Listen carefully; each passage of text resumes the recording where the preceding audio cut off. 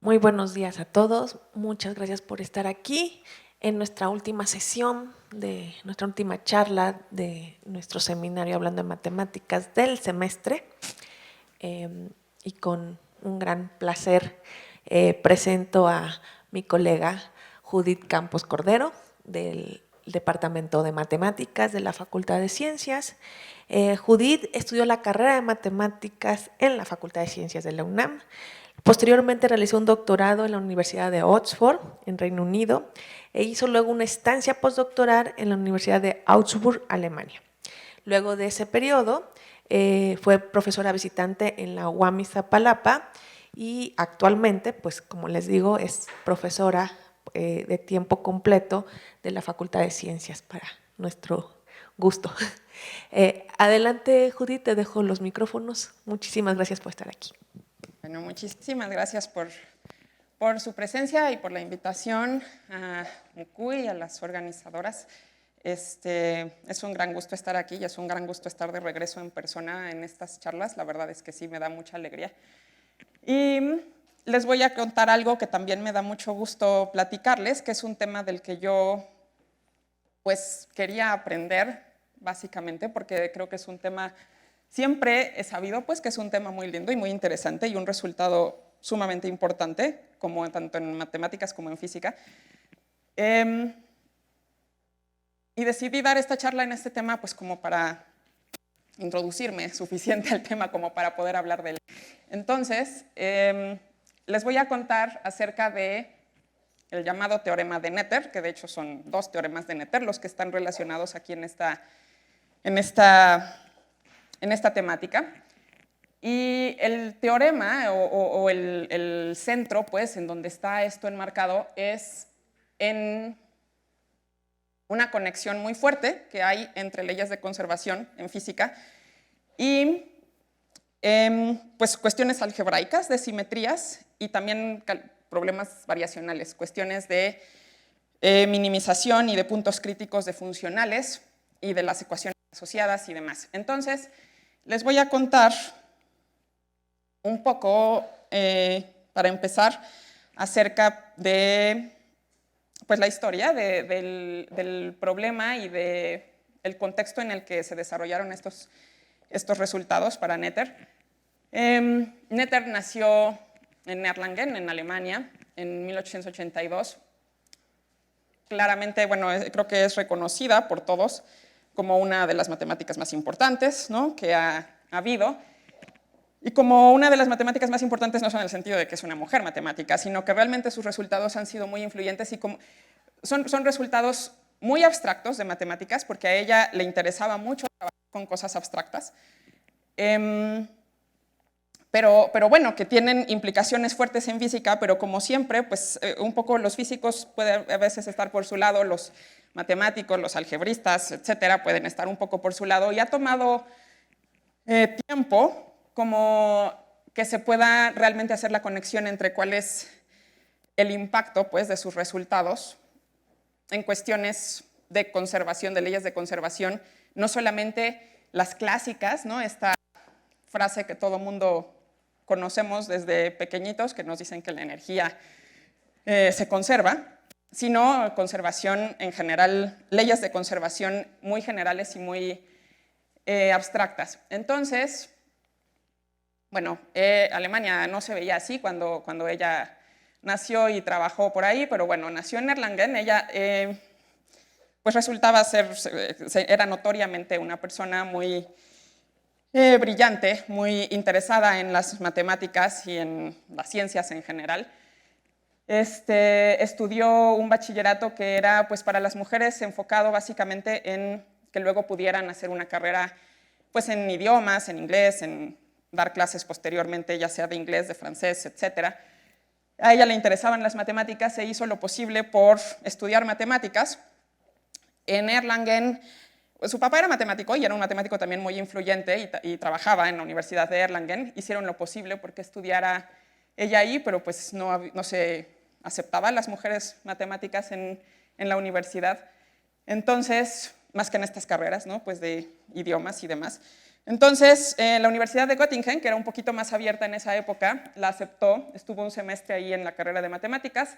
Después en Erlangen lograron cambiar las políticas, entró ella a estudiar matemáticas ahí, hizo su doctorado, hizo un doctorado muy de cuestiones computacionales, de calcular arriba de 300 justamente invariancias en cuestiones algebraicas, pero pues era como de hacer muchos cálculos, y ella decía que lo que ella quería hacer era cosas abstractas, como resultados un poco más abstractos y no tanto las cosas computacionales, que bueno, es algo que a los matemáticos a veces no si les gusta, ¿no? Dos personas muy influyentes y muy importantes en su vida fueron David Hilbert y Klein. Ellos la invitaron, o sea, ella después de estar un semestre en Göttingen regresó a Erlangen, estudió ahí.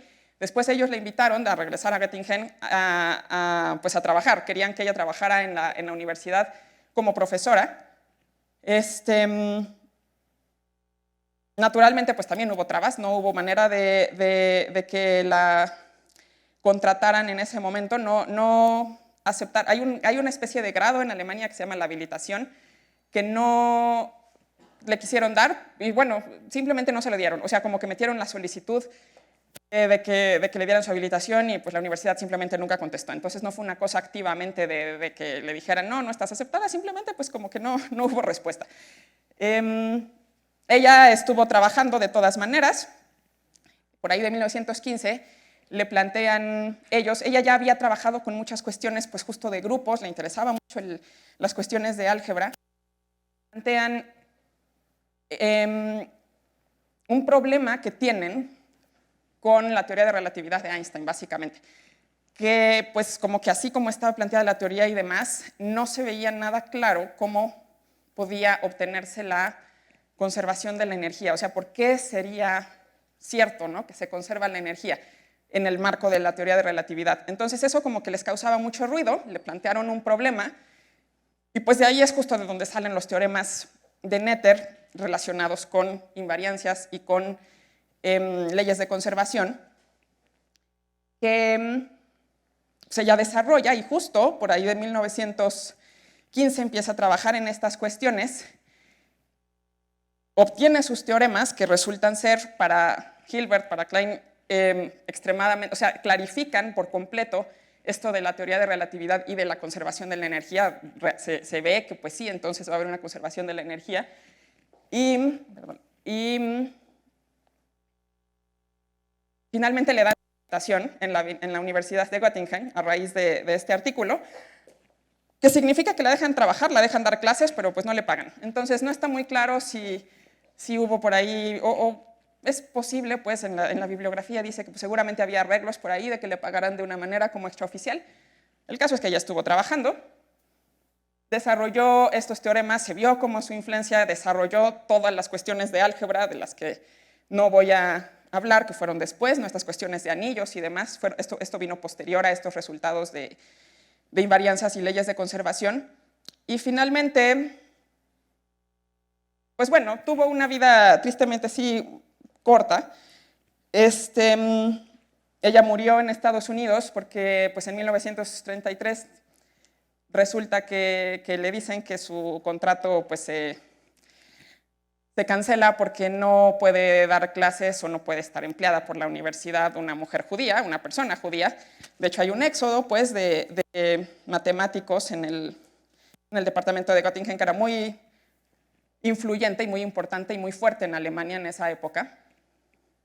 Para Hilbert fue pues, devastador, me lo puedo imaginar, pues, y también parece estar claro en la bibliografía que pues, para él el departamento de matemáticas un poco fue desmantelado, se tuvo que volver a construir otra vez. Se fue a Pensilvania, la Universidad de Bryn Mawr la contrata, era una universidad básicamente para mujeres, iba a Princeton y daba algunas clases en Princeton, pero creo que ella se sentía bastante más cómoda, o eso también dicen las referencias, en Bryn Mawr, y parece ser feliz ahí sus últimos años. Entonces, bueno, esa es un poco como la historia. Y les decía yo que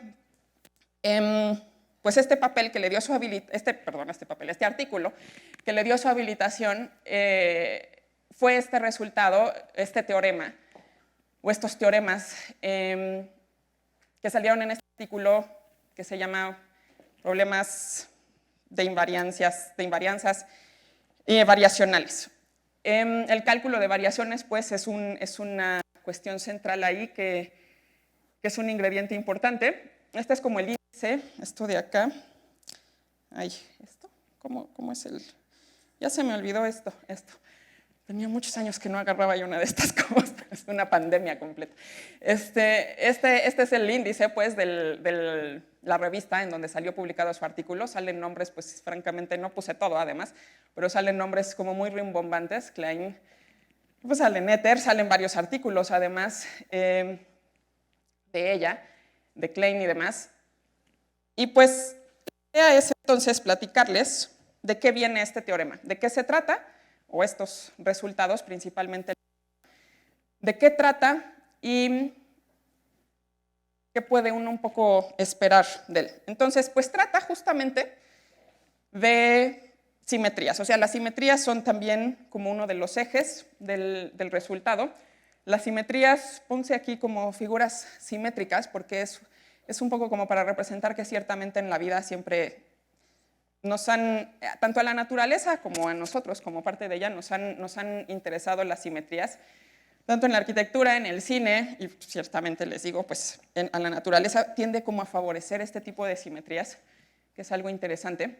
Pero simetrías como estas que salen aquí, ¿no? Como de esta flor, por ejemplo. Pues esta flor tiene, por ejemplo, simetrías rotacionales, ¿no? Que si la gira uno ciertos grados, pues como que puede uno pensar que obtiene esencialmente la misma cosa. Esto tiene simetrías de reflexión, esto también. Los limones, un limón razonablemente bonito, pues va a tener también simetrías de rotación, pero son simetrías de alguna forma discretas, o no de alguna forma, sino completamente pues discretas. O sea, ¿cuántas simetrías tienen estas figuras, digamos, o figuras así geométricas elementales? Pues puede uno contarlas de manera finita muchas veces, ¿no? Justo estas son las simetrías que no resultan ser suficientes para los resultados de Netter. Entonces, como en términos un poco más abstractos, por ejemplo, un cuadrado pues tiene, por ejemplo, simetrías rotacionales, ¿no? Pero les digo otra vez, ¿no? Que puede uno girarlo por cierto número de grados, pero si lo gira uno por una cosa que no sean 90 grados, pues entonces no tiene uno una simetría. Un triángulo equilátero puede ser la misma cosa, pero un círculo es otra historia, ¿no? Un círculo, si uno lo gira por cualquier ángulo, obtiene uno, pues de nuevo, el círculo. Y eso de cualquier ángulo, pues entonces estamos hablando de cualquier ángulo, pues en un intervalo o en los reales, que es entonces un parámetro continuo el que nos está diciendo cuáles son las simetrías del círculo. Entonces, estas de aquí, pues son simetrías bajo parámetros continuos, estas de aquí son simetrías bajo parámetros discretos. Netter en sus resultados, o para desarrollar sus resultados, empieza así con certeza jugando pues, con simetrías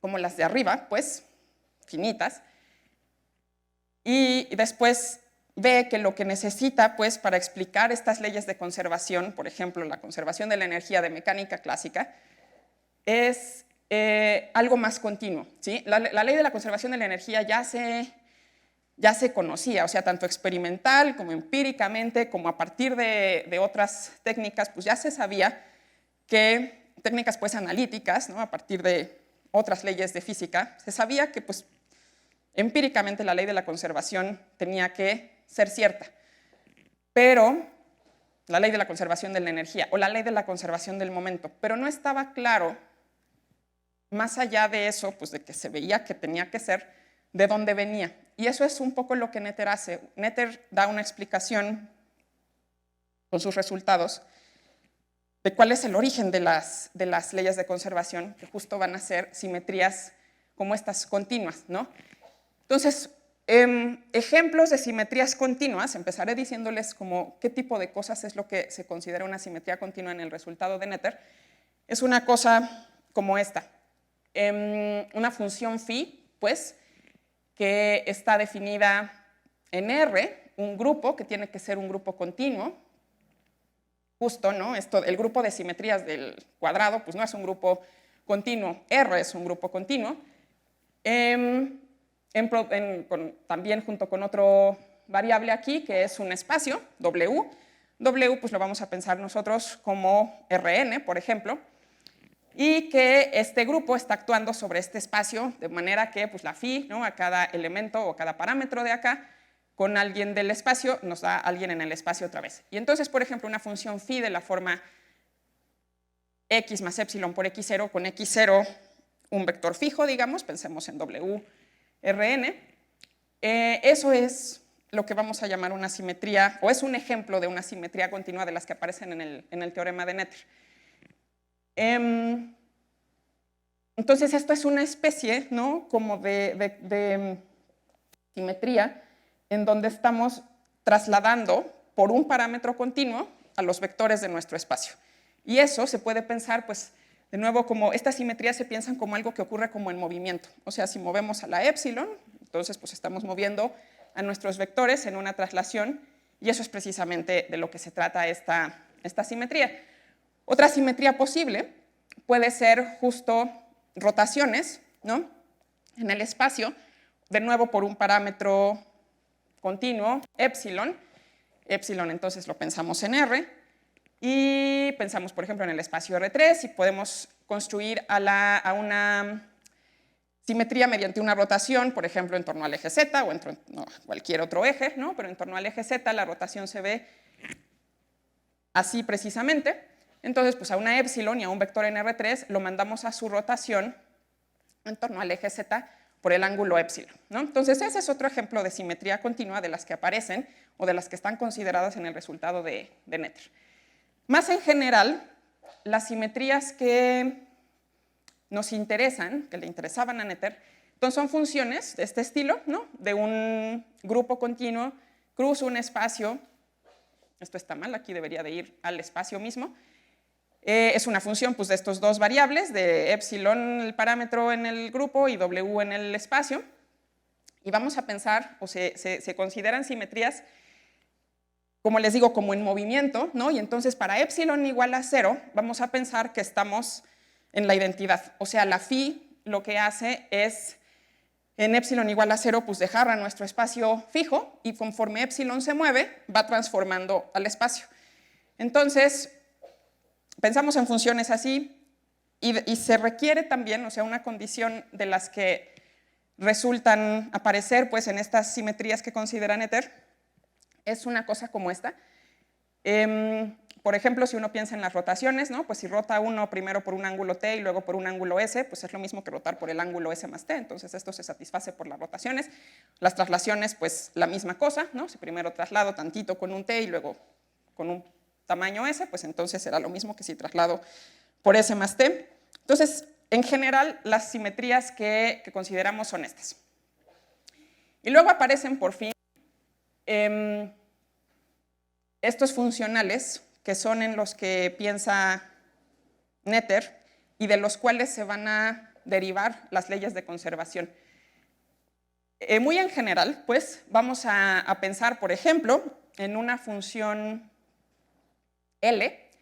L es una función pues, definida en un espacio de dimensión finita, y aquí les voy a anunciar primero las cosas para el caso más simple. Al final les pongo una situación mucho más general, pero quiero primero derivar las cosas en el caso más sencillo. Entonces, la L está definida en un espacio de dimensión finita. Pueden pensar en A, B como un intervalo, está definida en A, B, cruz RN, y va a los reales, aquí también eso falta. La U puede uno pensar que es justo como una trayectoria, ¿no? del intervalo de tiempo A, B en Rn, me dice exactamente cómo es una trayectoria de un objeto en movimiento, por ejemplo. Y estamos pensando aquí en esta definición del funcional que tenemos un subdominio metido en A, B, compactamente metido en A, B, que pues es también un intervalo de tiempo. Y entonces pensamos en el funcional así como esta integral. Las integrales ciertamente cuantifican y permiten pues, analizar, ¿no? Justo cómo se desarrolla una trayectoria, que si la energía y cómo describirla, y justamente porque nos permiten pensar en vez de en la trayectoria, ¿no? Y en todos sus componentes, pues en un número real que nos está cuantificando cosas. Entonces la integral por eso resulta que ser importante en la definición de estos funcionales. Perdón, sí, es que está mal, aquí falta R. Es R, va a R. aquí faltó que va a R. Y este integrando L, que va a los reales, es llamado lagrangiano. Como muy en general, pues le podemos llamar el lagrangiano cuando estamos estudiando funcionales como esto. En realidad viene esto pues, de estudiar funcionales muy específicos en mecánica clásica que se ven como este. O sea, un ejemplo de un funcional como los que nos interesan y de un lagrangiano como los que nos interesan es algo que se llama en física la acción asociada al funcional. Y la acción está dada esencialmente por, y el un medio no tendría por qué estar, bueno, puede estar o no estar ahí, pero en realidad es que está acá, ¿no? Un medio de una m, que es una constante positiva y que pensamos como la masa, por ejemplo, de un objeto por ahí en movimiento, por u punto, que es la derivada de la función u que mide la trayectoria, al cuadrado. Aquí la u puede estar yendo hacia r o hacia rn. La situación en la que sea, pues puede uno pensar en esto al cuadrado como su norma al cuadrado, como su valor absoluto al cuadrado, dependiendo de la dimensión en la que estemos. Entonces, esto de aquí pues es básicamente un medio de la masa por la velocidad, que es la energía cinética. Eso, si se acuerdan, pues, los que estén aquí de matemáticas y de sus clases de bachillerato, la energía cinética se definía así, ¿no? Y menos una función B, que le llamamos el potencial, y que representa justamente a la energía potencial pues, en el sistema, ¿no? Entonces, esto de aquí es el funcional, que es la acción total en el intervalo T1, T2, y es un funcional o un lagrangiano, lo que está dentro de la integral, muy importante pues justo para entender las trayectorias de objetos en movimiento. Esta B también, de nuevo, podemos pensar que si la U va en Rn, pues entonces va a ser una función que va de Rn a R, ¿no? Entonces tenemos funcionales como estos. Funcionales como estos, en específico, pues esto de la acción, en mecánica son importantes porque pues resulta si uno manda un objeto a viajar por una trayectoria con algunas condiciones de frontera dadas, o podemos decir eso como que lo mandamos de un punto específico a otro punto específico, ¿no? Y que siga la trayectoria que tiene que seguir, por ejemplo, pues bajo la acción de la gravedad y demás. La trayectoria que va a seguir, si estamos en intervalos chiquitos, va a ser precisamente la función u, o la trayectoria u, que minimiza ese funcional de ahí que se llama la acción. Es algo pues que se observa y que tiene que ver con que, por ejemplo, si uno piensa en dos trayectorias como estas, ¿no? Yendo del mismo punto al mismo punto en ambos casos, la acción es pues, esencialmente la energía cinética menos la energía potencial. Entonces eso se va a minimizar cuando la energía cinética sea pequeña y la energía potencial sea grande, ¿no? Entonces, como para que eso se minimice, pues entonces estas dos cosas que están ahí como compitiendo se tienen que compensar. Y, por ejemplo, en una trayectoria como esta, ahí donde estoy, como esta, aquí pues la pendiente es más alta, la derivada es más grande, la energía cinética va a ser entonces más grande, y la situación en la que se va a minimizar esa acción, pues va a ser una cosa en la que la pendiente no esté creciendo tanto, pero ok, también queremos que la energía potencial, pues cuando la restamos, no haga una diferencia, ¿no? Entonces el caso es que la acción se va a minimizar en una cosa como esta. Y eso es importante porque pues cuando estamos frente a una trayectoria y sabemos la trayectoria que está siguiendo ese objeto, ¿no? Estamos en un objeto en movimiento. La trayectoria que sigue el objeto está minimizando ese funcional de la acción, y que minimiza ese funcional de la acción va a significar, ¿verdad?, que pues para otras funciones, para otras trayectorias u, esto de aquí pues va a tener un valor más grande. Entonces, esta es la parte en la que está completamente metido el cálculo de variaciones. Entonces, en general, puse aquí un poco sí las condiciones, pero básicamente tiene uno que pensar que el integrando L, el lagrangiano, la función u, están todas dadas de modo que todo lo que está aquí, estas integrales y demás, tienen sentido. Y que cuando piensa uno en que pues, la u está minimizando, si una u es justamente la que está minimizando al funcional, Entonces, pues si le suma 1 a la u otra función, de tal forma que esto de acá se sigue quedando en el espacio de funciones que están siendo comparadas, ¿no? En el espacio de funciones admisibles, pues estas funciones de aquí, que son perturbaciones de la u, van a incrementar el valor del funcional, ¿no? Entonces, este valor, el valor de este funcional va a ser más grande si aquí hay una función que hace que esto se quede en el espacio de funciones admisibles, digamos, que no estoy diciendo quién es. Y entonces, pues una función aquí que le podemos sumar a la u puede ser, por ejemplo, algo del estilo de una función psi que sea de clase C infinito para que no nos preocupemos para nada en si se puede derivar o no, porque voy a necesitar derivarla. Y bueno, también por cuestiones de que este espacio resulta ser denso en espacios en donde nos interesa trabajar y minimizar al funcional. Y le pido también que tenga algo que se llama soporte compacto, que básicamente lo que significa es que tenga soporte compacto metido en el intervalo T1, T2, ¿no? Entonces, si tengo T1 acá, T2 acá, pues el soporte de la función es donde la función vale distinto de 0 a grandes rasgos. Y entonces lo que estoy diciendo es que ese conjunto donde la función psi vale algo distinto de 0 está bien metido en el intervalo.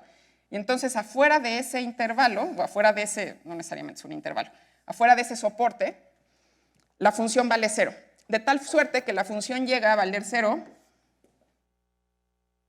de manera suavecita a los extremos del intervalo. Y entonces son funciones que son muy útiles para hacer estas comparaciones y perturbaciones porque justamente preservan, por ejemplo, las condiciones de frontera. O sea, si yo a u le sumo una función como estas, pues como esta vale 0 en los extremos del intervalo, la función aquí perturbada pues también va a valer lo mismo que valía la u en los extremos del intervalo. Entonces va a hacer, por ejemplo, otra vez esto, una trayectoria que va del punto donde iba la u al punto donde terminaba la u. Entonces, estas son funciones, las psi, pues C infinito con soporte compacto, son buenas para hacer comparaciones y perturbaciones. Y puedo, por ejemplo, comparar o multiplicar a la psi también por un parámetro t, ¿no? Continuo, de tal forma que otra vez, pues, si la u está minimizando este funcional, entonces, cuando yo fije una función psi, una variación ya dada, esto de aquí va a ser una función del parámetro tau, que es un número real, pues en los reales, ¿no? Porque me está dando de nuevo la integral. Y eso es una función entonces real de variable real que va a ser minimizada justo cuando aquí tengamos i de u, que es justo cuando tau es igual a 0, ¿no? Entonces, cuando tau es igual a 0, esta función real de variable real se minimiza y por lo tanto ahí va a tener un punto crítico. Entonces eso establece una conexión pues, de larga vida entre los problemas de minimización y ecuaciones que puede uno derivar a partir de que un mapeo esté minimizando un funcional, que es básicamente algo que se llama las ecuaciones de Euler-Lagrange. Entonces, si uno deriva esta función de acá, que es real de variable real de las de cálculo que uno sabe derivar, ¿no? Lo que obtiene es que pues, en tau igual a 0, esto está evaluado en tau igual a 0, va a ser esto porque estamos en un punto crítico de esta función. Y de este mapeo real, cuando le evalúo en tau igual a 0, me da que esto es igual a 0. Y entonces, si esto es igual a 0, esa integral, pues resulta que aquí yo tengo, justo aparece la derivada de la psi, ¿no? Y eso es simplemente derivar por encima de la integral, ¿eh? Básicamente de ahí es de donde se obtiene esto. Derivando, o sea, aparece pues la derivada de la psi, de la variación psi, y esa derivada con una integración por partes, en este caso pues en R, se la puedo pasar a la función por la que se está multiplicando, ¿no? Si se acuerdan de la integración por partes, si yo tengo, déjenme ponerlo así, pues esto va a ser igual a el producto evaluado en la frontera o en los extremos del intervalo, menos esto, ¿no? Que aquí yo creo que ya ni ven. Pero el caso es que le paso la derivada a la f. La función sí vale 0 en los extremos del intervalo, entonces esto va a valer 0 y simplemente nos queda una cosa de estas. Ok, entonces esto va a ser 0 si la función u es un punto crítico del funcional. Y a ver aquí, como para que quepan las fórmulas, no estoy diciendo en dónde están evaluadas todas estas funciones, pero pues están evaluadas en el mismo lugar en donde estaban antes. O sea, todas estas funciones, la L, pues, básicamente, que es la que aparece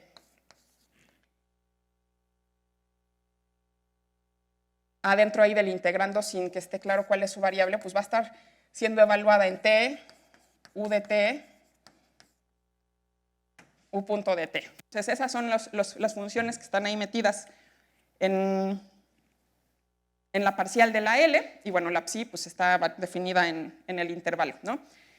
Y hay un resultado que es, pues justo, se llama el lema fundamental del cálculo de variaciones por su importancia, que da pie a que de aquí, de esta derivación que viene de derivar por encima de la integral, lo que se obtiene es que, pues como esto ocurre para cualquier psi variación de estas, ¿no? De estas que tienen su soporte compacto, y digo que este espacio de funciones es denso en otros espacios de funciones integrables, pues entonces que esto sea cero para todas las psis es un poco como un argumento de estos, pues, si una cosa es ortogonal a todo lo del espacio o a un denso en el espacio, pues entonces la cosa misma va a ser cero, ¿no? Y entonces puntualmente, bajo suficientes condiciones de regularidad que permitan que todo esto sí tenga sentido, que es básicamente que esto de acá lo pueda uno derivar con respecto a t también, ¿no? Esto de aquí va a ser cero. Y estas de aquí se llaman las ecuaciones de Euler-Lagrange. Entonces, lo que dicen las ecuaciones de Euler-Lagrange es que esta derivada del lagrangiano va a ser igual a la derivada con respecto a t de la otra parcial del lagrangiano. Y a ver, aquí el lagrangiano, cuando pongo esas derivadas respecto a esas variables, nomás para recordarles, estoy pensando que el lagrangiano, sus variables son esas, ¿no? Entonces, esas son derivadas en Rn, de las de cálculo. Normalmente los físicos y en los libros de texto, aquí en vez de parcial respecto a W y parcial respecto a Z, ponen la parcial respecto a U, que es la función, y parcial respecto a U punto. Como que le llaman a sí mismo a las variables, pero son derivadas parciales de cálculo, de las que conocemos bien. Entonces, bueno, tenemos ese funcional, tenemos que las trayectorias que se sigan realmente en un movimiento van a, por lo menos en intervalos chiquitos, minimizar la acción y van a entonces satisfacer la ecuación de Euler-Lagrange. Entonces se satisface una ecuación, que es una ecuación diferencial parcial, y luego el resultado, pues lo que nos trajo aquí el día de hoy, se puede plantear en los siguientes términos. Pensamos otra vez en esta funcional integral en términos del lagrangiano. Y lo que se hace es pensar en transformaciones que van a ser de este tipo de simetrías continuas, dadas del siguiente modo. Y de nuevo aquí pongo, sobre todo para la transformación en el tiempo, que es el intervalo en el dominio, una transformación de las más sencillas, que es pues simplemente también una traslación continua por un tiempo, por un tiempo t, por una constante t, que está fija, t mayúscula, está fija y es positiva, ¿no? O es real. Entonces, como que al dominio lo transforma uno así.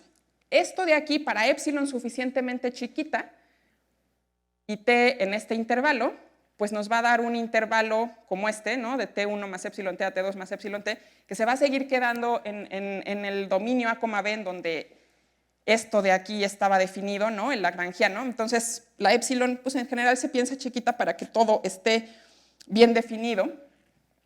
Y hacemos entonces una transformación del dominio de este modo. Y a las funciones u, a las trayectorias, también les hacemos una transformación mediante estas simetrías phi continuas, que en general, pues de las phi, pues esta phi que aparece aquí es, por ejemplo, una de estas traslaciones, como las que ponía yo al principio, ¿no? Por un parámetro epsilon, o una rotación también por un parámetro epsilon.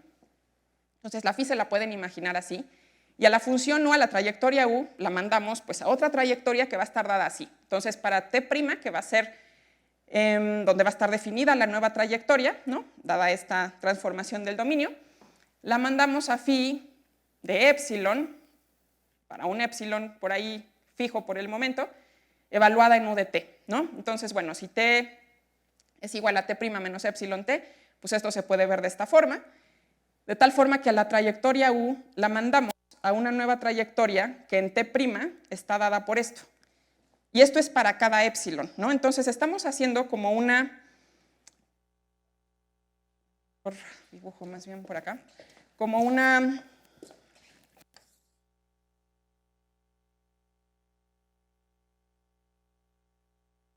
homotopía se puede ver, o como una variación pues continua de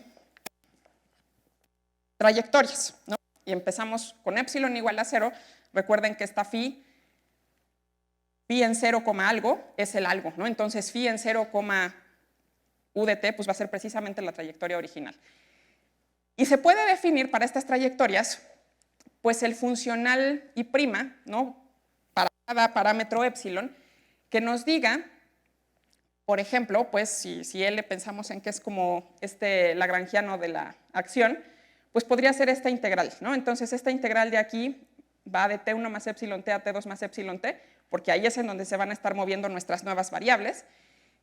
Y al lagrangiano lo vamos a evaluar pues en estas nuevas variables y en la nueva trayectoria, que es su prima, y su correspondiente derivada con respecto a su variable, ¿no? Que es t'. Entonces este nuevo funcional de aquí pues es el funcional aplicado a una trayectoria después de hacer esta transformación, ¿no? Mediante esta simetría. Y resulta que los resultados de Noether dicen, o están pensados en el contexto en el que estos funcionales y sean invariantes bajo la simetría phi. ¿Qué quiere decir eso? Pues que cuando yo aplico el funcional a una trayectoria, a una trayectoria U, pues la trayectoria original, o si se lo aplico a una de las trayectorias tras haber aplicado esta transformación continua, me da lo mismo. Entonces ahorita veo algunos ejemplos de cómo va esto, que es justo lo importante del asunto, pero vamos a decir que ella es invariante bajo la simetría si pasa esto, ¿no? Si estas dos integrales, esta y esta, coinciden, pues variando épsilon. Épsilon es un parámetro que se va a estar moviendo. Y bueno, el resultado, el teorema de Noether, por lo menos el primer teorema, y en una versión para dimensión 1, lo que nos dice es, si nosotros pensamos en este funcional y le aplicamos estas variaciones tanto al dominio, ¿no? Que es una traslación por la t mayúscula que está fija, y a las trayectorias, que es mediante esta simetría phi, y si tenemos que la función u satisface la ecuación de Euler-Lagrange, que será, por ejemplo, si la función u está minimizando la acción, pues entonces se satisface la ecuación de Euler-Lagrange correspondiente, ¿no? Que era esto, que la derivada con respecto a t de esto sea igual a la parcial de L con respecto a W de esto, que es esto que les decía, que están evaluadas en estos puntos, pues entonces va a haber una cantidad que se va a quedar constante, que va a quedarse conservada, que es esta. La parcial de L con respecto a Z, otra vez evaluado acá, por la parcial de phi con respecto a épsilon. Entonces esta phi, que es una simetría continua, en el sentido de que el parámetro es continuo, pues de hecho vamos a necesitar que sea suave, ¿no? Para que podamos hablar de sus derivadas. Menos esta parcial del lagrangiano con respecto a su última variable por u punto es la trayectoria que satisface la ecuación de Euler-Lagrange, menos el lagrangiano, y por esta t es constante.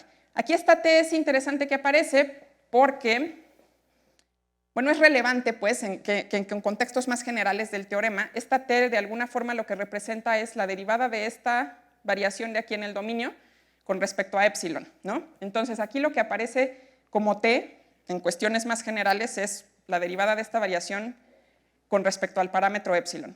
Y esto de aquí va a ser entonces constante. Entonces quizá voy a escribir esta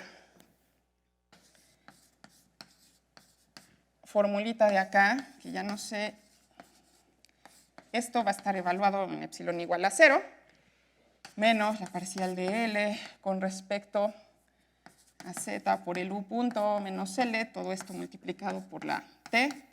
Esto es constante, ¿no? Entonces esa es la conclusión y esa es la invariancia o la ley de conservación, digamos, que surge a partir de tener simetrías en el teorema de Noether. Entonces esto tiene consecuencias de lo más lindas, por ejemplo, estas leyes de conservación que ya se conocían, que les decía yo que ya se conocían, pero que no había como un fundamento de ver de dónde venían realmente, como la conservación de la energía entendida en el sentido que saben, ¿no? de la energía cinética más la energía potencial. Esta cosa de aquí, que la energía se conserva, pues lo que significa es que esto de acá, ¿no? que es una función de t, tiene que ser constante pues, en el tiempo, ¿no? que la energía es constante en el tiempo. Entonces, si pensamos en el lagrangiano L dado de esta forma, la energía cinética menos la potencial, pues la acción entonces es esta, ¿no?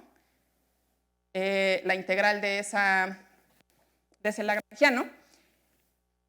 Y si uno observa que este lagrangiano de acá, o que este funcional de acá, más bien, pues no depende del tiempo, ¿no? O sea, esta función L, vista como función de z, es simplemente un medio de m por z al cuadrado, sea eso en la dimensión en donde está, por v de w. ¿No? Entonces, esa es la función definida en dimensión finita para la cual uno toma el lagrangiano, que es pues, ya la función está evaluada en u de t y u punto de t. Pero esta función no depende de t, ¿no? Entonces, si uno piensa en estas variaciones, ¿no? Que es pues, a t mandado a t más epsilon t, y que la función phi de epsilon en un w sea simplemente w, o sea, que no dependa de epsilon, que nos deje fija la trayectoria cada vez, pues entonces lo que es fácil ver, pues, dado ya el formalismo pues, que se le ha dado a estas cosas, lo que es fácil ver es que este funcional de aquí va a ser invariante en el sentido que mencionaba yo hace un momentito, bajo esta simetría y bajo esta transformación. Porque, bueno, y pues, en la función u, en la trayectoria u, se ve así, ¿no? Si yo pienso en las u', u' de t', pues era simplemente esto,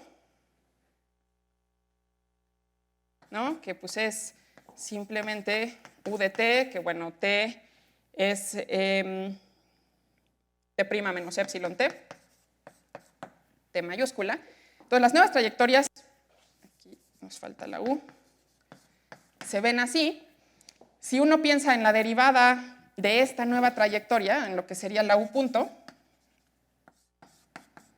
en t', pues es la derivada de u en t' menos epsilon t, ¿no? Estoy derivando con respecto a t'. Entonces, esto de aquí pues, se transforma en esto.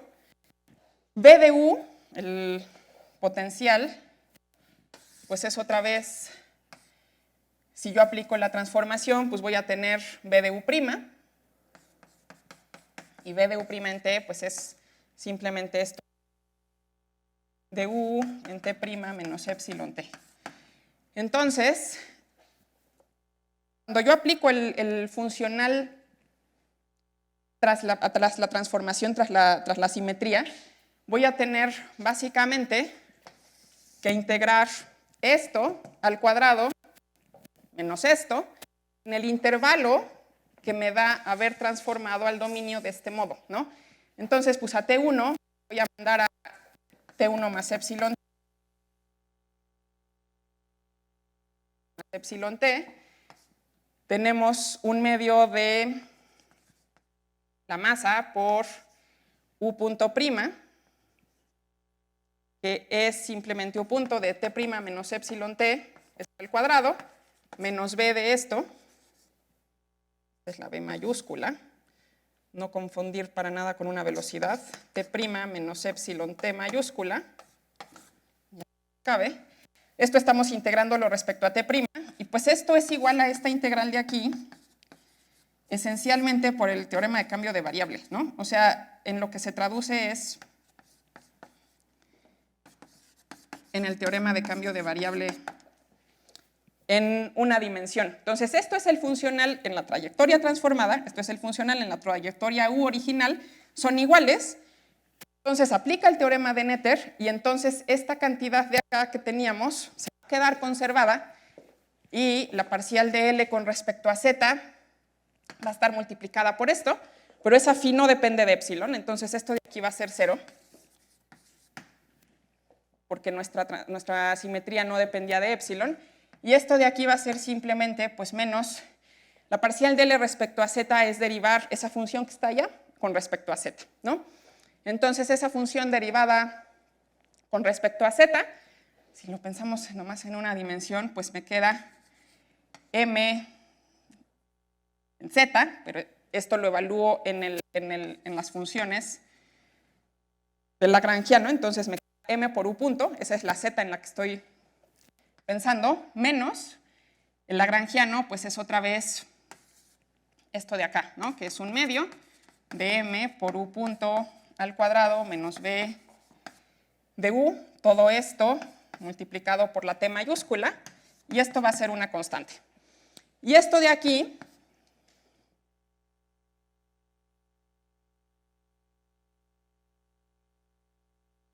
y he obtenido mal, creo, un signo. ¿Qué pasó con...? Espérenme tantito. No, sí, el signo aquí no debe de importar. Y falta 1 punto. Ah, además me falta 1 punto, claro, porque este está multiplicándose por este. Pero uno de estos dos tiene el signo equivocado.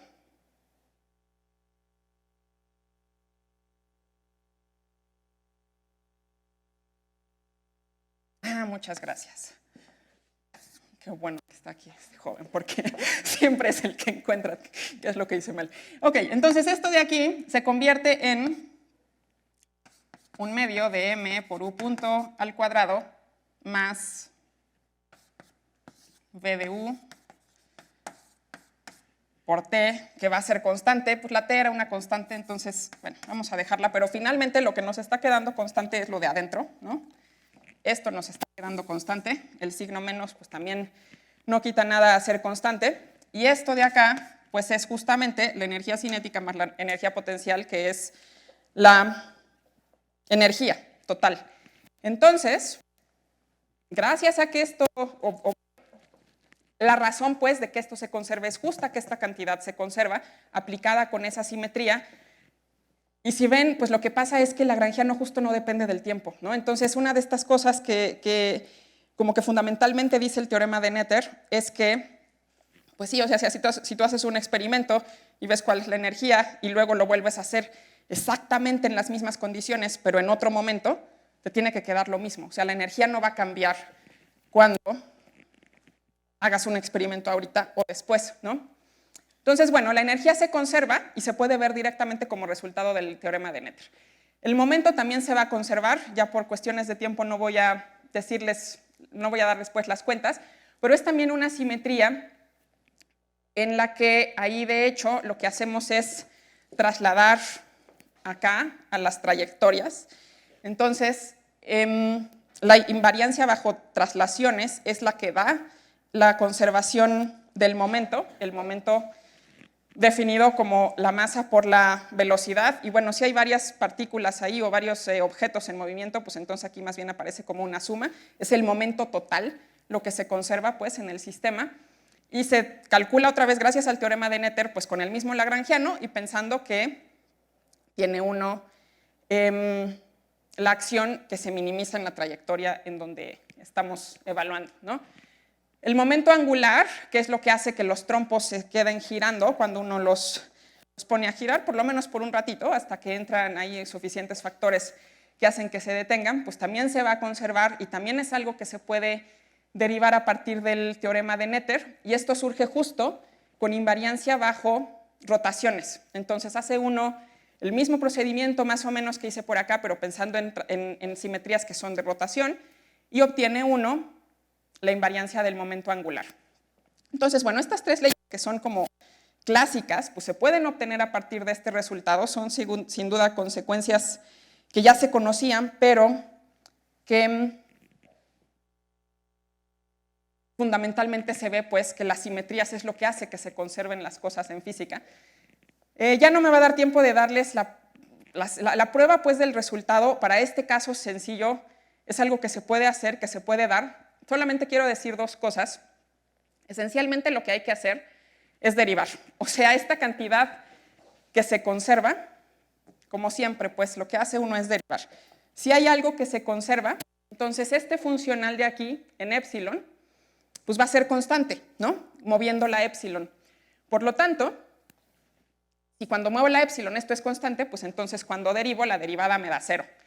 Y si la derivada me da 0 y calculo la derivada, llega uno básicamente a que pues este funcional adentro queda justo en términos la integral de una función que es una derivada, aplica el teorema fundamental del cálculo, y eso que nos queda al aplicar el teorema fundamental del cálculo es básicamente decir que para el tiempo t1 y para el tiempo t2, pues esto de aquí, cuando evalúo en t1 y en t2, esto de aquí va a ser igual, o la diferencia va a ser igual a 0, entonces, como esto se puede hacer para cualquier intervalo de tiempo, pues entonces la función va a ser constante. Y esto de aquí, que es constante, pues es lo que aplicábamos ahorita, ¿no?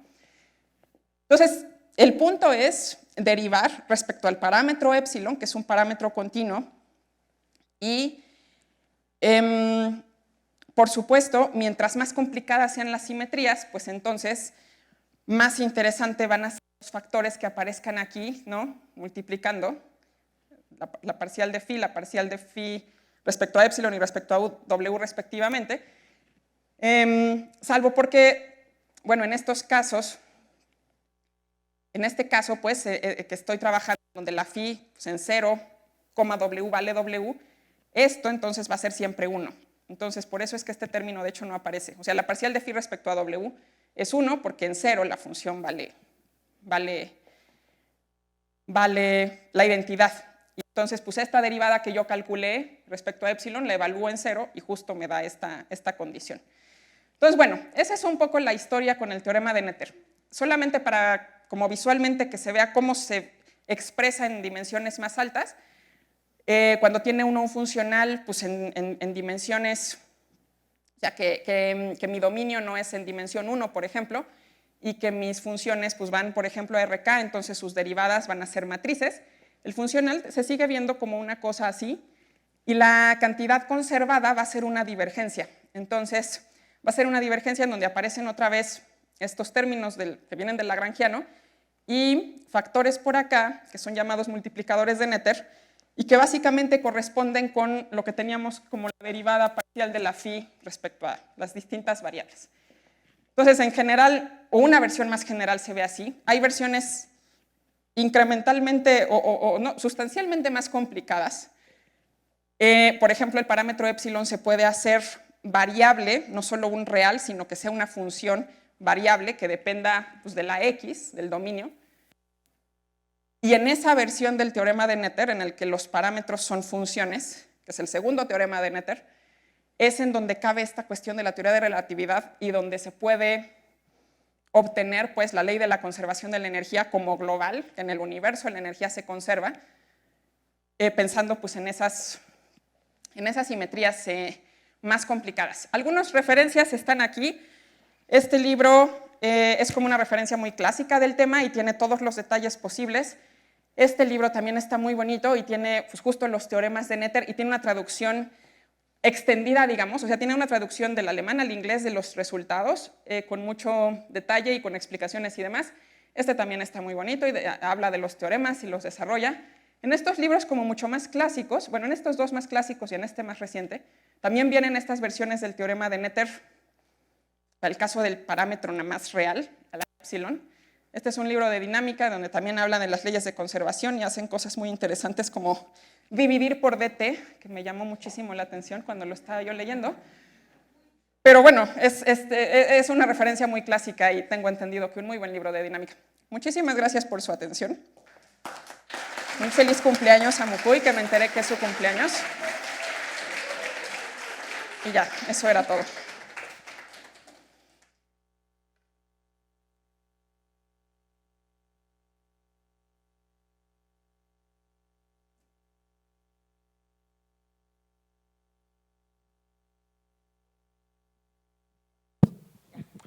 ¿Algún comentario, preguntas? ¿No? ¿Todo clarísimo? Sí. Bueno. En el Facebook tampoco nada más hay agradecimientos y muy bonita plática y les gustó mucho. Y la plática va a quedar en la página grabada de Facebook y también bueno, es fácil encontrarla por si quieren volverla a ver. Y en la página de Hablando en Matemáticas también están todas las pláticas. Va a estar esta, pero están todas las antiguas. De hecho ya cumplimos desde 2014, no sé cuántos años ya llevamos, bastantes. Pero bueno. Pues muchas gracias. Muchas gracias de nuevo a Y ustedes. felicidades a por la invitación. Mucugi. Esta es la última plática de este semestre. Entonces los invitamos para el próximo semestre escolar. Va a ser por marzo que va a empezar las charlas otra vez. Bueno, gracias.